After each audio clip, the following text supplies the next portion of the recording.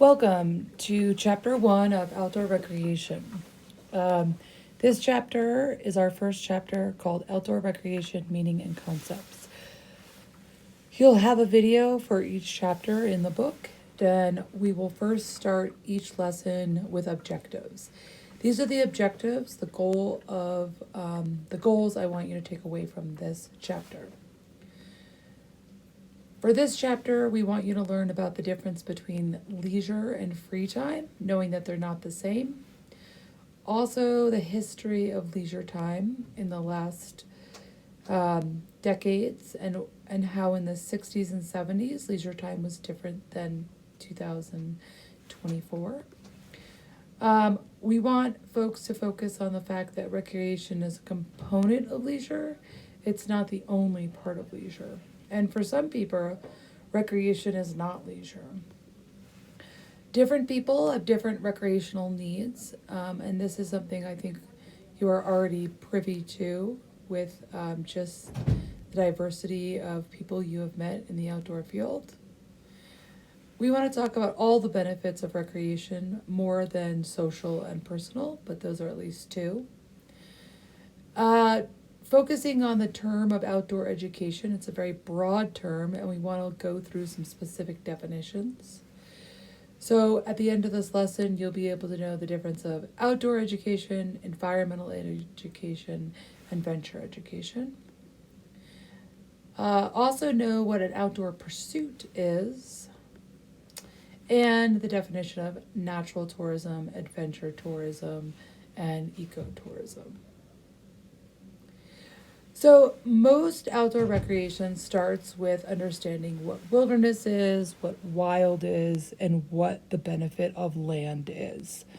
So if you listen to the video about Robert Nash, he talks really well about, the value of wilderness, what wilderness is, what it does for people. Most outdoor programming starts with that core concept of being outdoors. And wilderness, according to the Wilderness Act, is something that is untrammeled. And people have realized that there's a real value for this. The beauty behind it, that unspoiledness, the solitude. And so this is kind of where the heart of most outdoor programming is bringing folks to outdoor space that they feel is a wilderness experience, they feel is wild, and that is something they can be engaged with. This is a photo of a place in Iceland that I've actually been to. And the reason I chose this photo is, people have recognized a need for nature for its beauty, its natural content, its solitude, its reflection, and ultimately a place to just experience nature. Now, this is a pretty rare photo in my mind because this place is usually crowded with hundreds of people. And in the top right-hand corner, you can actually see the platform that people hike up to. They look over the waterfall. Now, I would say probably 10% of people go beyond this waterfall. And there is way more out there. And those people that are going beyond just this parking lot are being able to benefit from more of the land. And people often go to the outdoor space for solitude. So this does look beautiful and serene if you had it all to yourself, but that's not going to happen. Now, if you hike back a ways, the further away you get from the parking lot, the more solitude you have. A lot of people do use outdoor spaces to reflect on their personal life, reflect on life itself. And I think of a lot of long distance hikers that are hiking the Appalachian Trail. A lot of them are choosing to hike as a way to process something that has gone on in their life. There's also people that are hiking the Appalachian Trail just because they want to experience the nature. They want to see the trees of, Tennessee and the Smokies. They want to see the rocks of New Hampshire. They want to see, New Jersey, Delaware Water Gap, the tallest mountain in Massachusetts.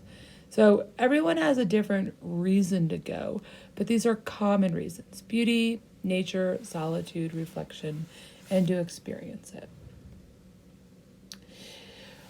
This is a area of the Southwest. This is either Kinderlands or Monument Valley. Um, and this is an area that over time has changed a lot based on nature. And nature teaches people a lot of things. It's not something that's forgiving. If it gets cold, it's going to stay cold. And so this is a little list of what nature can teach people. This is also something that a lot of therapeutic programs utilize nature in a way to teach things about life. And so the little list here is that nature teaches us about change, and change is constant and it's vital. Order, certain things have an order or a system. I think of like the butterfly. There's an order. You have to have a caterpillar to get a butterfly. Sequencing is something you see a lot in nature. You'll see on like a sunflower, the sequencing on the inside of all of the sunflower seeds. And it's something that allows nature to kind of just be what it is. Rhythm, I think rhythm and seasons kind of go together. And so,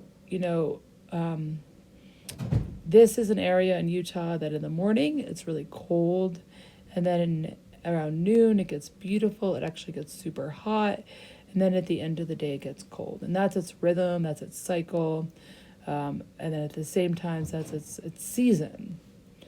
All of these places are really popular in sunset and sunrise because of the relationships to light and dark. Similar, to people's lives, they have different relationships with positive things and maybe negative things. So relationships with light are very interesting in an outdoor setting, and then relationships to kind of the positive and the negatives in our regular life are something that people often correlate. Weather in the outdoors is resilient. There is nothing you can do except wear a rain jacket and dress for the elements when it is raining, and if it gets cold, you are cold. So weather is something that teaches us about preparedness. And then life cycles is that everything in nature has a life cycle. And this is also a reality of life.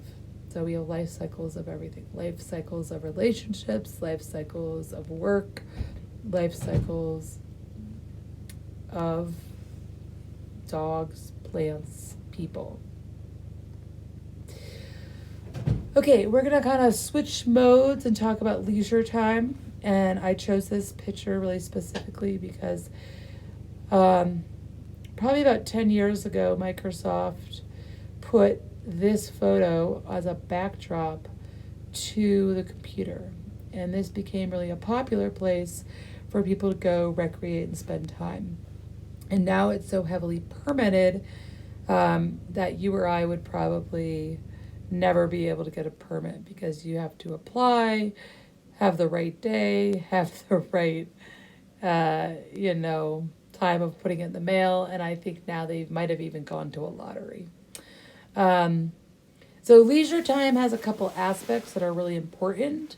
The first thing is this is time for you to do with what you please. So for me, leisure might be going for a walk, and for you, that might not be leisure.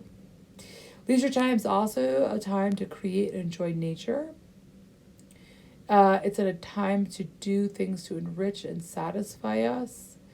There's good leisure and there's bad leisure.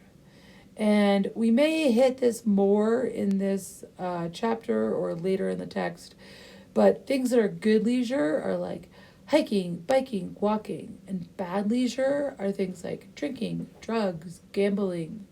And so, yes, they are leisure, but they don't have positive influences. This is probably one of my favorite charts in the whole chapter one. This is on page 5. And I would actually encourage you to make your own chart with how much time you spend on each of these. I think for each person it's a little different, and in each stage of our life it might be different. But we have existence time, substantial time, and discretionary or free time. So we all have to sleep, eat, and take care of ourselves. And those are the biological requirements to just exist. And some of us do spend more time on this than others. So that's called existence time. Subsistence time is anything that's for work or education. And so you could kind of clock your day of thinking like, how many hours do I spend on my work and my like work as in a job, and how much time do I spend on work for academics? I hope it's a lot. Discretionary time is the free time you have. Now, what's interesting is that I have seen over the years that a lot of people actually limit their discretionary or free time by picking up another job or, doing something else that contributes to subsistence time. So just something to think about is what stage of life you're in and how much you spend on each of these. I think probably when it's an academic time of year, like from September to May, I have lower discretionary or free time. In the summer, I have more of it. Okay, benefits of outdoor recreation. This is kind of a really cool slide I pulled from a research paper. This is not in your book, but here is 5 benefits from outdoor recreation. Physical health benefits, and that's awesome. That's probably why a lot of us do outdoor activities. Psycho-emotional, and then psycho-emotional is like to rest, relax, unwind. Social is just to like be able to spend time with someone else, meet people, interact. Economic benefit is someone who's doing something to be more productive at work.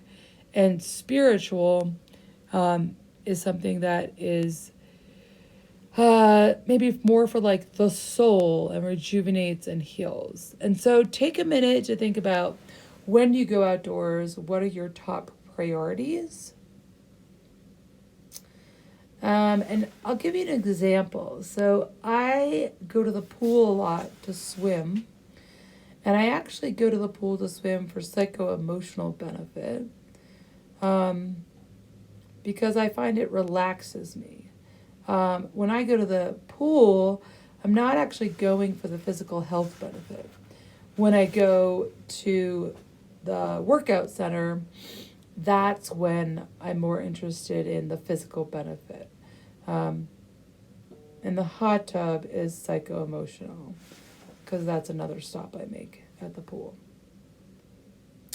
Okay, leisure time. We want to break this down for us a little bit. So in the 1950s, the 40-hour work week was created. Prior to that, if you think about like the 1850s, the average work week was 70 hours. So this is, your great-grandparents that said, I got up at the crack of dawn, I milked the cow, I walked both ways to work school uphill, and they came home and they did more chores.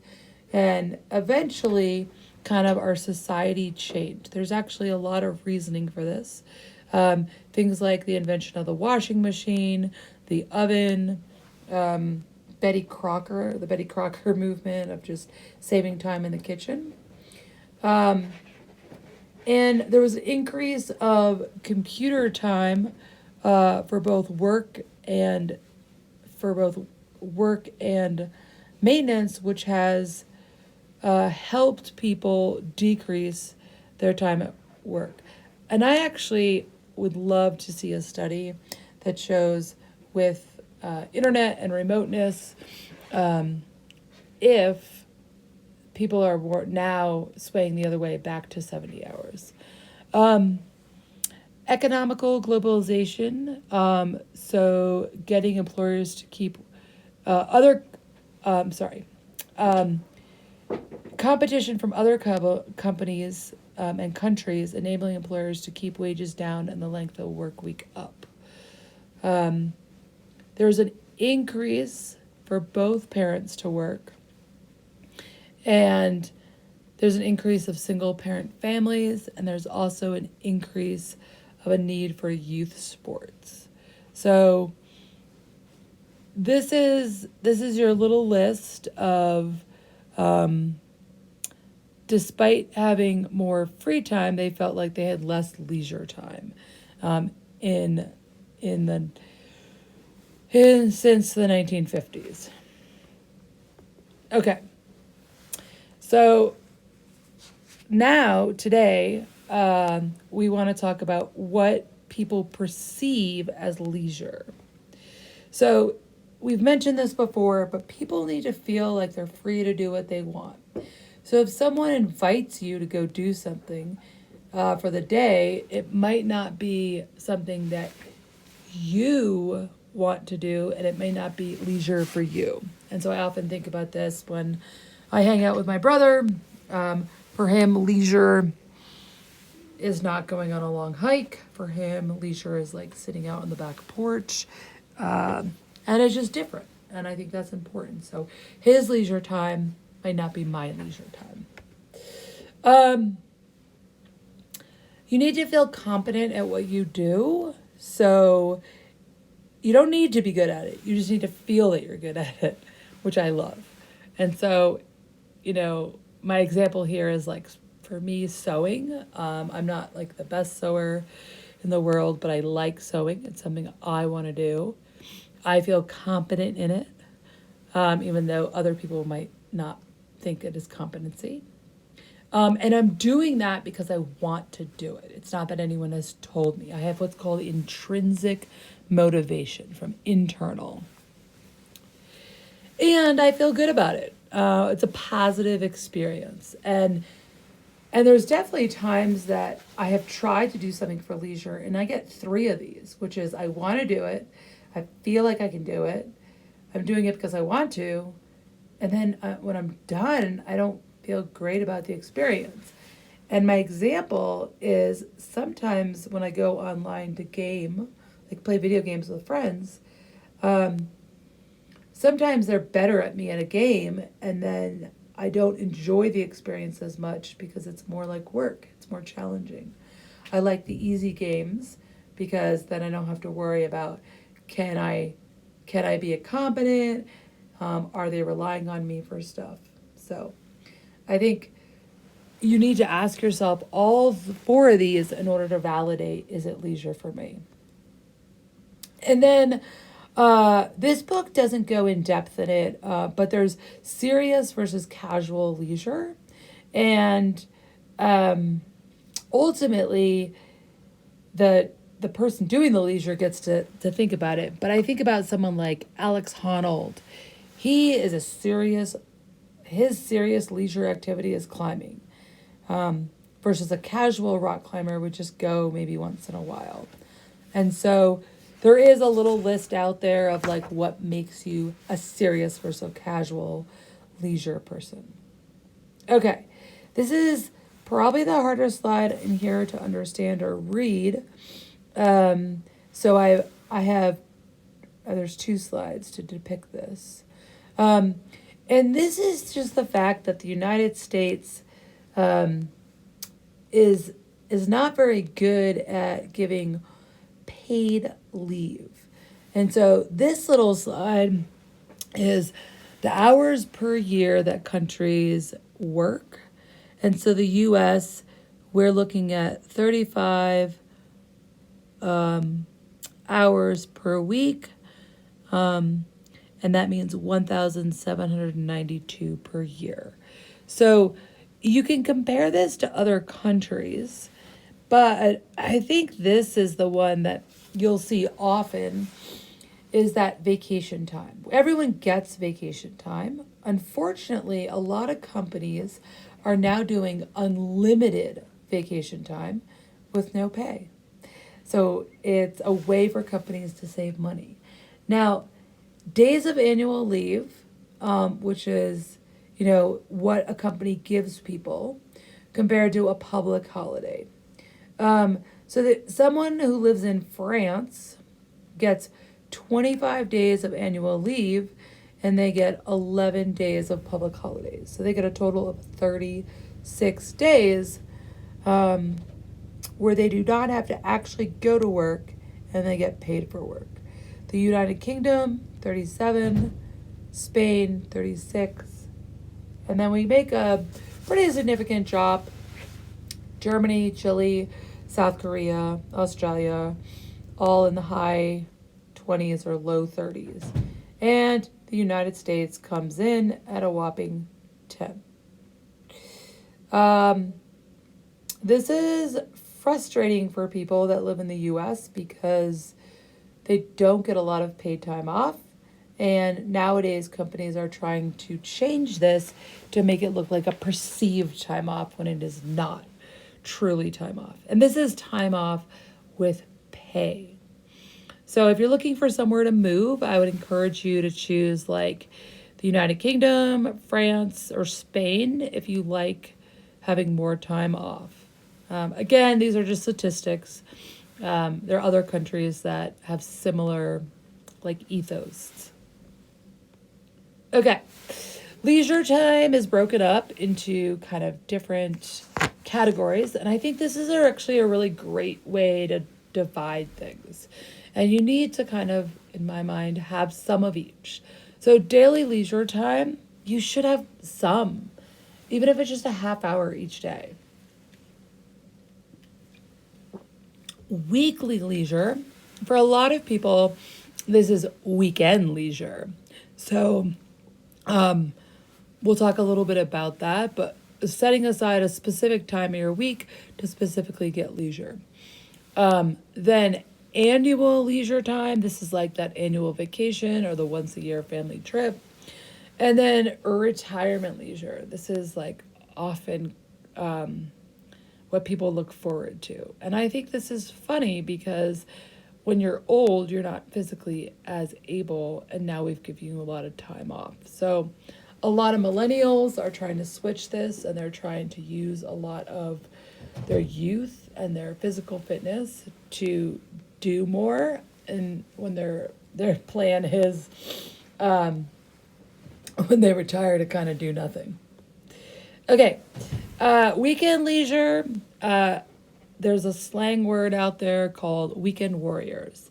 And weekend warriors are folks that just go out on the weekend. They do that Friday, Saturday, Sunday. They kind of like often are peak baggers, but they're utilizing their weekend, which is great. It doesn't really bid great for Leave No Trace, but it bids well for them. The other thing is the weekends are crowded because of this. Any fall weekend in New England, which is what this is a photo of, there's no way you're having your outdoors to yourself. It's packed. Which is great. People are getting out there, but they're concentrating their time at one specific time. Okay. Oh, the slide is out of place. Here's another demographic slide of paid holidays versus paid vacation for annual leisure. And yeah, this is the same concept as the last slide, but I guess it was put in here with annual leisure because this allows people to look at paid vacation versus paid holidays. And again, the US is at 0. Germany, Austria, Portugal, Spain, Italy, Belgium, New Zealand, Ireland, and even Australia are doing really great. So just another little chart to show you the diversity. Okay, retirement leisure. The National Park System has acknowledged that seniors often are the ones coming to national parks So they have given them discounted passes. And what's interesting about this is these are the people that are coming to national parks, and by giving them a national park pass, they get in, but they also spend more money in the park. And so catering to seniors is actually really important when it comes to wilderness, because sometimes those are the people with the money and those are the people that are going to fund something.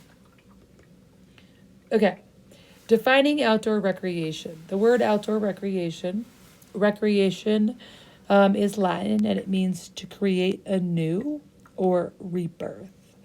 The recreational has been traditionally defined as a meaning to refresh change from work and to have a renewing influence. Outdoor recreation is an activity. It occurs during leisure time, voluntarily, intrinsic motivation, a sense of reasonable accomplishment, and produces a feeling of self-satisfaction or well-being. The photo here is something that people might assume is a leisure time, but it is not outdoor recreation. So we may hit some of those topics this semester, but know that just because you go outdoors doesn't mean there's other forms of recreation that are indoor recreation that a lot of people do with their leisure time. And gambling is something that has a huge amount of tourism. Okay, there's a couple of misunderstandings about recreation. One is that it's merely amusement and it has minimal social or personal value. I would like to say I think that most people, when they go outdoors or recreate, that is one of their goals, is that the goal is to have social interaction. Second misconception is recreation is the only escape to personal and community problems. There's other things to do. Some people do cross stitch, some people do word searches, some people read a book. But it doesn't have to be recreation. And the third misconception is recreation, unlike education, is essentially without purpose or discipline. If you look at some of the people that go outdoors, they have a lot of discipline to be able to do what they do outdoors. Think about, again, Alex Honnold. He is someone who has put a lot of time and effort into discipline around his recreational choice of rock climbing. A total recreational experience, we may have talked about this already a little bit, but you might have done this already. This is an interesting concept, what I actually really like, which is there's 4 parts to every total recreational experience. The first is the anticipation. This is probably like when you're reading through a magazine and you saw this advertisement for like going to the Galapagos and you're like, I want to go. And so it's all that anticipation of like, I want to go, I want to see the giant turtles, I want to go somewhere. And then the next step is the planning. And for some people, the planning is really fun. Some people, the planning is not very fun. This is a map. I crack up because it's a map of New Jersey and Connecticut, which I would not consider very exciting. It's not where I would plan a trip, but you can have a total recreational experience anywhere. Then you need to actually do the trip. You need to participate in it. And then the recollection. So this is like the reminiscing, the photography, the engagement, the kind of like sending information back and forth from the people you went with. Like, hey, I'm so glad we did this trip. I'm so glad we went to the Galapagos. Here's a little photo album. So these 4 need to have always occur to have a total recreational experience. If you don't plan the trip or you don't brainstorm the trip, the anticipation, you don't have a total recreational experience. You may just have an experience or you might be engaged in recreation, but these are the 4 steps that classify something as a total recreation experience. Terminology for education in and out of the outdoors. Experiential education, outdoor education, environmental education, adventure education, and outdoor pursuits. So let's just go through these. These are words that we may already be familiar with. So experiential ed has a lot to do with John Dewey's philosophy of just learning through experience. So I think of experiential ed of something that does a lot in like the sciences. So you can have an experiential time, but you need to reflect on it. So it's not that you just do something, talk about it, reflect about it, and gain from it. Outdoor education is using the outdoors and recreation as part of the educational experience. More so as an environmental education is with a focus on using outdoors or the environment to talk about an environmental issue, problem, or conundrum. So if we went outdoors and studied, let's say, like a tree frog and its effect on the ecosystem, you could argue it'd be experiential education and environmental education. Now, if we went on a backpacking trip with and studied the tree frog, it's probably outdoor education, environmental education, and experiential education. So it's not that these are independent of each other. You could have multiple experiences, and it's just being able to label things well for someone who's choosing a program. Adventure education is different. That is using something adventurous, like high risk, as the way to teach about either something else or to teach the person about something. And then outdoor pursuits is the ability to just pursue a specific outdoor item, and it's specific to human powered, non motorized, non consumptive activities occurring in the outdoors. So typically canoeing, whitewater, sea kayaking, cross country skiing. It excludes animal powered activities such as dog sledding or horsepacking. So it is common for people to use these terms correctly. It is also common for people to use them incorrectly. And so I think the goal here is just to be awareness that they can be used to have different meanings. And if you're designing a program, you might want to be really specific about this is an environmental education program that harnesses experiential education. Or this is an adventure education program, and that's the goal, adventure. Okay. These are a lot of other words that I just want you to become familiar with. Adventure is just like that concept of a specific meaning to refer to any non-routine activity where there's risk that a person can get hurt and there's challenge. Then we have perceived risks and actual risk. Perceived risk is what the participant thinks is the risk value, and the actual risk is whether it's really dangerous or not. So rock climbing has a high perceived risk and a low actual risk. And so does challenge courses. Challenge courses are those like elements that have boards and woods and trees, and people go, to a challenge course for the day to learn about communication, or they might go to a challenge course to learn about how to get along and work with others. Adventure recreation. This is the concept of pursuing adventure activities for the recreational purpose only. So I often think of zip lining as an adventure recreation. Tourism it's a big business, first of all. It can be a vital component of a region's economy. And it's a time when you're using some element of the country or area to get people to come experience it. Now, tourism can be broken down into nature tourism or ecotourism. And nature tourism is just going to see natural things about a country or place.